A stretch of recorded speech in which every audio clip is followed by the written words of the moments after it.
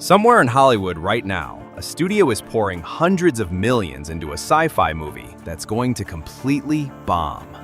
And the people signing the checks genuinely think they're making the next big thing. That's the thing about science fiction at the box office. When it works, you get Star Wars. When it doesn't, you get career-ending, studio-shaking catastrophes that people are still whispering about decades later. We're going back nearly 100 years, one disaster per decade, counting down to the single biggest sci-fi bomb ever made. Some of these you know. Some have basically been erased from history. Let's get into it. Number 10. Just Imagine, 1930. So, the year is 1930.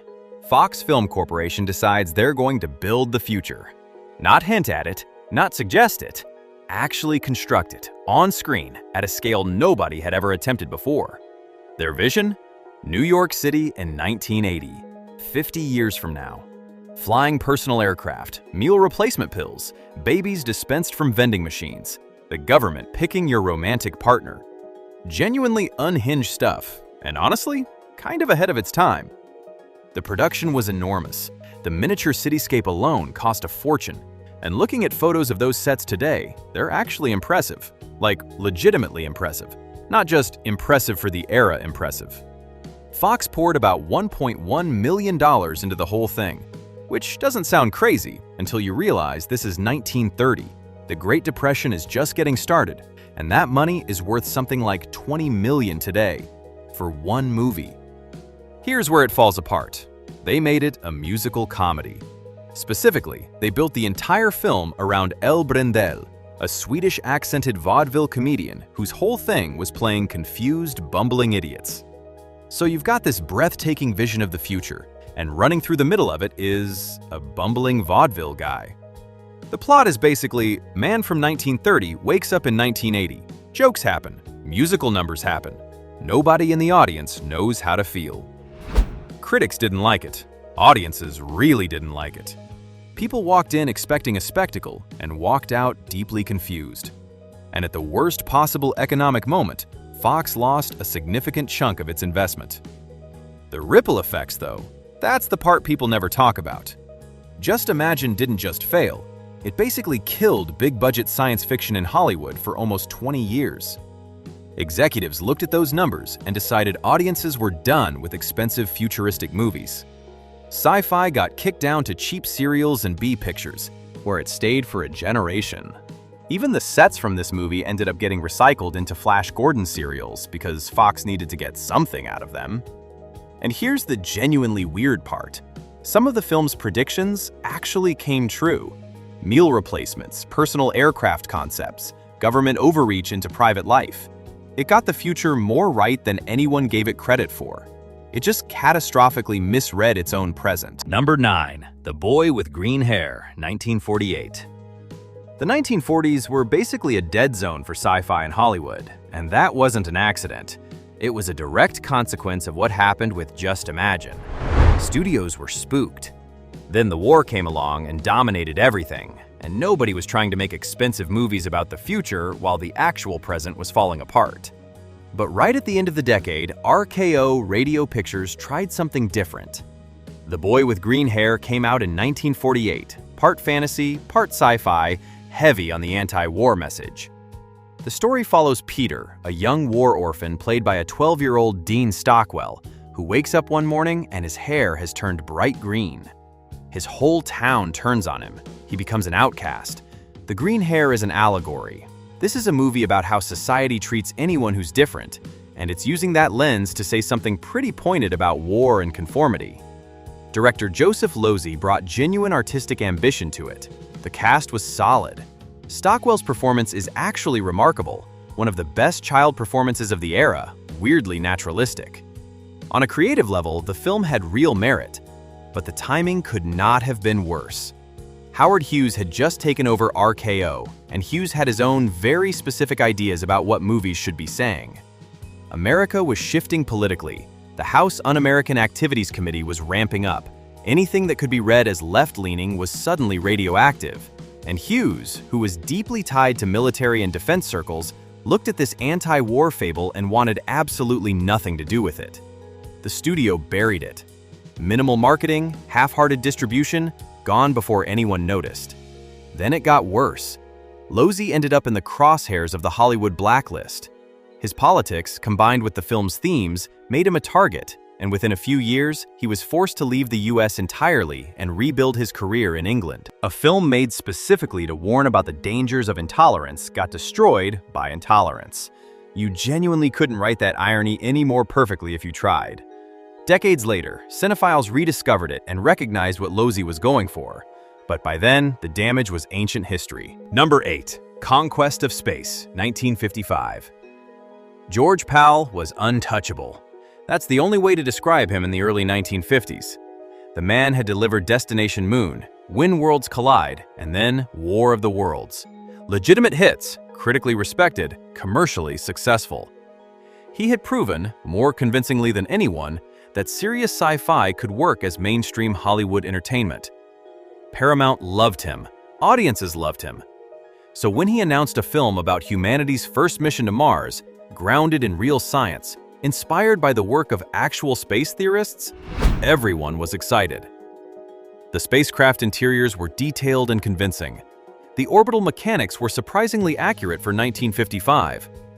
This was supposed to be the thinking person space movie, an adult alternative to all the rubber monster B pictures dominating the genre. And then, the screenplay happened. At some point during development, the story took a genuinely baffling turn. The mission commander, the hero, starts losing his mind mid-journey. He becomes convinced that space travel is a sin against God, that humanity was never meant to leave Earth, and he starts sabotaging the mission. His own son has to watch him spiral into religious fanaticism. Here's the thing, that's actually a fascinating premise. Faith versus scientific ambition, a father becoming a danger to the people he loves, the psychological toll of the void. That could be riveting. The problem is the execution was clumsy and preachy to the point of being painful. Characters don't have conversations, they deliver theology lectures. The pacing drags, and audiences who showed up for thrilling space adventure got a slow-burn psychological drama about a guy quoting scripture while his crew stands around looking uncomfortable. The reviews were brutal. The box office was catastrophic. And for George Pal, the fallout was immediate. Paramount cut him off from the budgets he'd relied on. The king of 50s sci-fi, dethroned by his own creative misfire. He'd claw his way back eventually, but things would never be quite the same. Number 7. The Power, 1968. By the late 60s, Pal had managed a partial comeback. The Time Machine in 1960 was genuinely good. Critical and commercial success. Seemed like maybe Conquest of Space was just a stumble. Then MGM gave him The Power, a sci-fi thriller about a group of scientists who discover one of their colleagues has terrifying psychic abilities, can kill with thought alone, and nobody knows who it is. Basically, a sci-fi whodunit. Agatha Christie meets The Twilight Zone. The cast was solid. George Hamilton as the lead, Suzanne Pleshette as his colleague, Michael Rennie, beloved from the day the Earth stood still, in a supporting role, clearly there to signal to genre fans that this was the real deal. The director, Byron Haskin, had worked with Pal before. Everything looked lined up. And then it just didn't work. The pacing killed any tension the premise built. Scenes that needed to crackle with dread instead dragged. The psychic attack sequences, which should have been showstoppers, felt underwhelming. Especially in the same year, 2001, A Space Odyssey came out and redefined what sci-fi could look like. MGM seems confused about how to market it. Was it a thriller? Horror? Mystery? Nobody could tell, including the posters. The box office was abysmal. Against a roughly $3 million budget, it recovered almost nothing. Critics called it a waste of its own premise, which is maybe the most damning thing you can say about a movie with genuinely interesting source material. For Pal, this was effectively the end. No major studio would give him real money again. He spent his remaining years developing projects that never got made, watching the genre he'd helped build move on without him. The Power didn't kill his career with a bang. It just quietly closed the door. Number 6. Quintet, 1979. Okay, so picture this.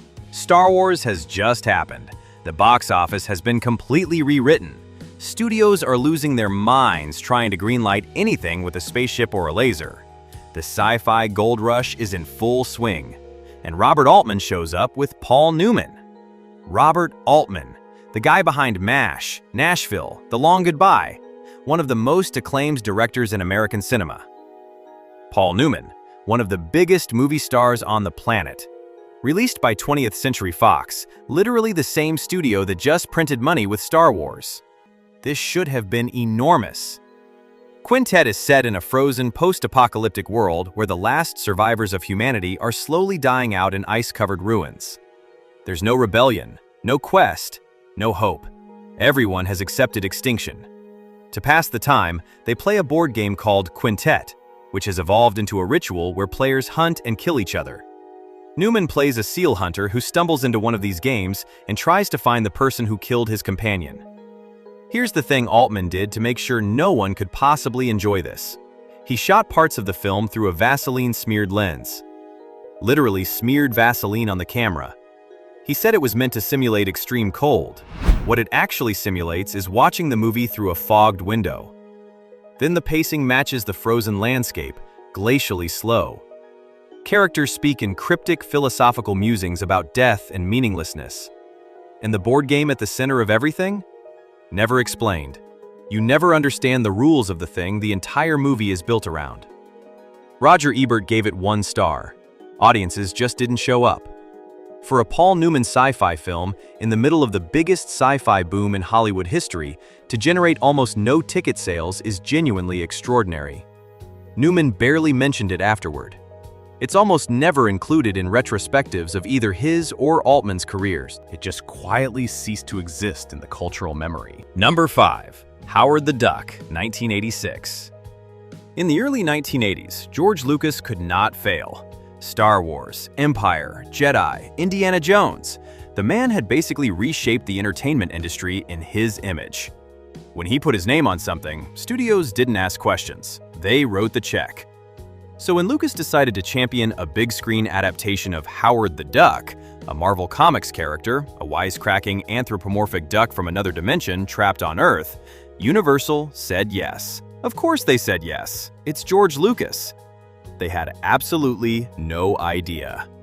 The character worked in comics because Steve Gerber wrote him as a genuinely edgy, satirical adult anti-hero. Dark humor, cynicism, pointed social commentary. Translating that to a family-friendly blockbuster was always going to be tricky, but the decisions made along the way made it so much worse. Most importantly, instead of animation, they put a person in an animatronic duck suit. The result was deeply unsettling. Howard moved awkwardly, his face barely expressed anything, and the overall effect was somewhere between charming movie character and thing that haunts your dreams. Leah Thompson committed fully to her role, more than the material deserved, honestly. Tim Robbins was there, years before anyone knew who Tim Robbins was. Jeffrey Jones played the villain. Everyone tried. But the tone was all over the place. Slapstick, then genuine horror, then romantic comedy, then rock musical, sometimes within the same scene. There's a moment where Howard and Beverly are apparently heading toward an intimate encounter that is so bizarre and uncomfortable that people still talk about it decades later, and not fondly. Universal put $37 million into this, 1986 money.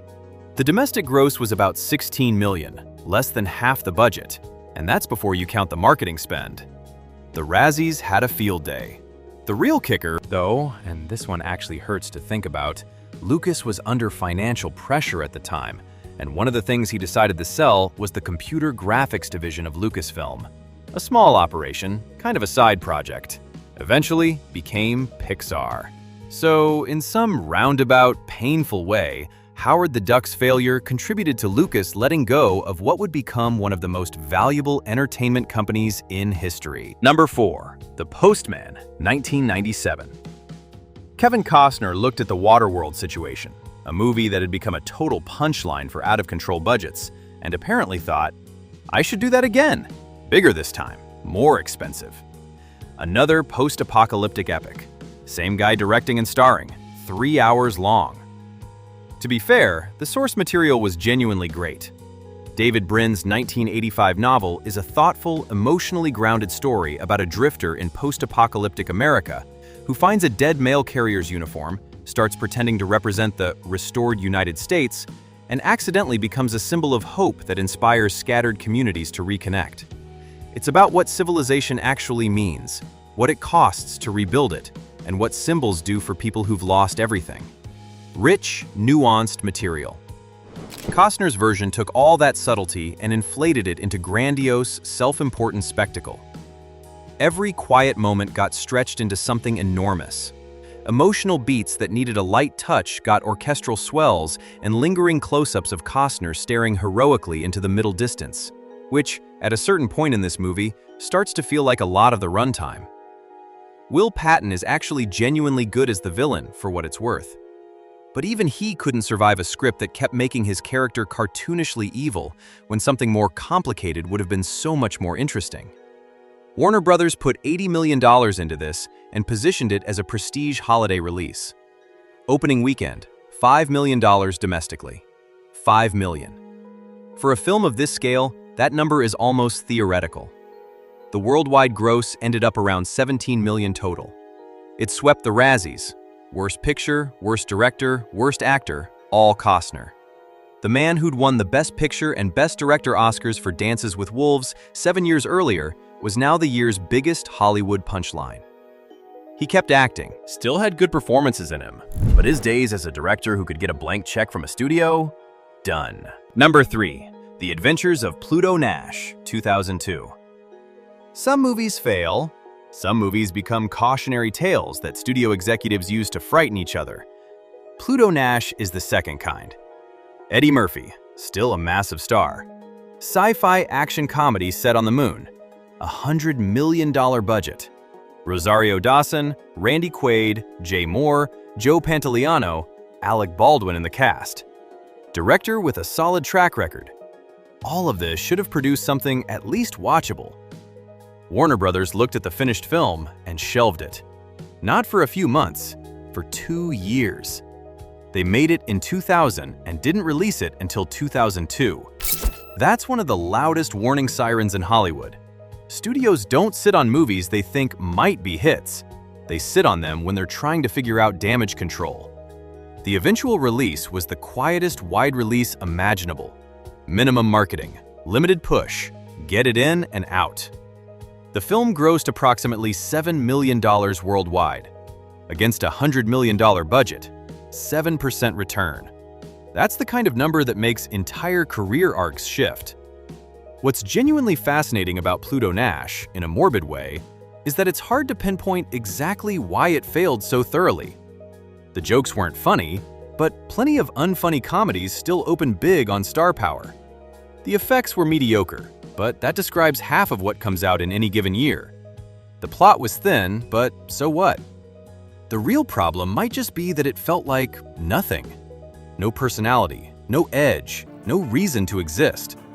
It existed in a dead zone between genres, too bland for comedy, too silly for sci-fi, too forgettable to generate even the hostile curiosity that sometimes pulls people toward notorious disasters.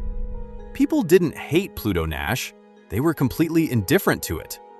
And in entertainment, indifference kills faster than hatred every time. Number 2. John Carter, 2012. Here's what makes John Carter so painful. It actually wasn't bad. Like, sit down and watch it without the context of its box office disaster, and it's a perfectly enjoyable, occasionally genuinely thrilling sci-fi adventure. It should have launched a franchise. Instead, it became the most expensive write-off in Disney's history. The source material is Edgar Rice Burroughs' A Princess of Mars, published in 1912. That story is the grandfather of basically every planetary adventure that came after it. Star Wars, Avatar, Superman, you name it, it owes something to Burroughs. Filmmakers had been trying to adapt it for decades and failing. Disney finally got it made by handing the project to Andrew Stanton, the Pixar director behind Finding Nemo and WALL-E, a guy who'd loved these books since childhood and genuinely wanted to honor them. They gave him $263 million and mostly left him alone. And he delivered something that actually worked. Impressive visuals, solid performances from Taylor Kitsch and Lynn Collins, a great Michael Giacchino score, action sequences that captured the pulpy, adventurous spirit of the novels. Reviews were mixed but not hostile. Under normal circumstances, moderate reviews for a big-budget tentpole are survivable. Then the marketing happened. Or rather, the marketing didn't happen, not in any meaningful way. The title was changed from John Carter of Mars to just John Carter because executives apparently decided the word Mars was cursed after a different, completely unrelated animated film called Mars Needs Moms underperformed.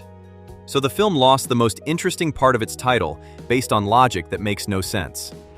The trailers failed to communicate what the movie was or why anyone should care. The posters were forgettable. The whole campaign gave off the vibe of a studio actively embarrassed by its own product. Opening weekend was $53 million domestic. For most movies, great. For a film that cost well over $350 million, including marketing, it was a death sentence. Disney took a $200 million write-down, largest in the studio's history at the time. The chairman resigned. The planned trilogy was immediately dead. Stanton went back to Pixar. Taylor Kitsch, who'd been positioned as a potential major star, watched that opportunity evaporate overnight. One of the most influential sci-fi stories ever written got one real shot at the screen, and the studio marketed it into the ground. Number 1. Moonfall, 2022. Roland Emmerich spent 30 years making a very specific kind of movie. Big budget, big destruction, cities getting leveled, audiences having a great time. Independence Day, Day After Tomorrow, 2012. Critic-proof, reliably profitable, exactly what they were supposed to be. Nobody won Oscars for this stuff, but nobody needed to. By the early 2020s, though, the studios had cooled on him.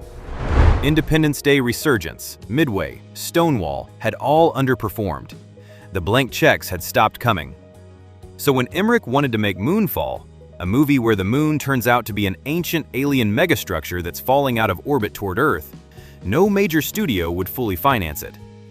And here's where it goes from a box office story to something else entirely. Emmerich financed a significant portion of the film himself, his own money, his own production company, reportedly mortgaging personal assets. The final budget was around $140 million, making it one of the most expensive independently financed films ever made. He got Lionsgate for distribution, but distribution isn't the same as full studio backing, especially when it comes to marketing. And a movie like Moonfall, in February 2022, in a theatrical market still figuring itself out post-pandemic, needed a loud, impossible-to-ignore campaign. It got a quiet one. The release date, early February, is traditionally where studios dump films they've given up on. Opening weekend, $10 million domestic. Worldwide total, $67 million. On a $140 million budget. The losses were real and personal in a way that studio write-downs never are. This wasn't a line item on a Disney spreadsheet. This was Emmerich's own money going up in smoke. Plans for sequels he'd enthusiastically pitched in interviews vanished overnight. Centropolis Entertainment faced serious financial pressure. The reviews were rough. 35% on Rotten Tomatoes. The third act, where the moon's interior turns out to contain an ancient AI and an alien swarm, and things get genuinely unhinged, was either deranged fun or an insult to narrative logic, depending on who you asked. But honestly, the critical reception almost felt beside the point. The deeper problem was that the model Emmerich had built his career on, the theatrical event disaster movie, no longer had a reliable audience. People will pay to see Marvel in theaters. They'll pay for established franchises, for genuine cultural events. But a standalone disaster movie from a director whose peak years are behind him?